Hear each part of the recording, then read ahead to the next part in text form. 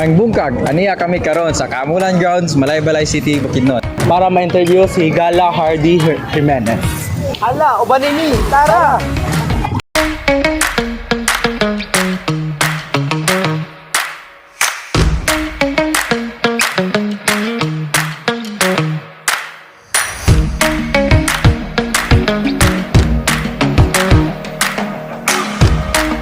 So, maing buntag mga higala, nata karon sa Capitol Grounds, Malaybalay City, Bukidnon, og kauban nato si Hardy Jimenez nga uban sa iyang mga gama. So, ay Sir Hardy, ako si Kobe, isa ko sa estudyante sa SMU, Central Mindanao University. Og talang may pipila ka pangutana para sa imong mga gama. Una, kano sa ka nagsugod og gama og mga bracelet og kanang mga kuan sa imong 2003. Ha? So, na ba kayo mga inspirasyon para sa paggama ana? Yes, para sa akong mga future, basong pamilya. Future para sa imong pamilya, Para sa tanan po. para sa tanan, no? So, na cut on na gyud, skill na gyud na nimo ba? Na Skill yun. oh. Na gyud kay nantigo gyud ang pagbuhat og inana. Pero dili sa yun. Ha? Dili sa yun. Dili gyud siya sayon. So, ikatulo kay sa mga klase-klase nga materialis imong gigamit para makabuhat og bracelet.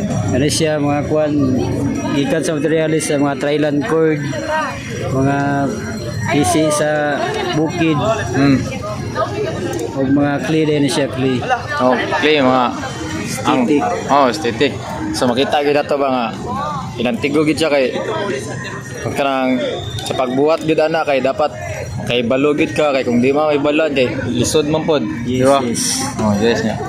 Sa kaupat na kay nabay mga proseso mga ritual sa pagbuhat ana kay di ba na may uban nga dili basta-basta makabuhat kay maingon na to nga sacred or unsa sa imo na kay kuan na sir mga ritual or proseso ba nimo?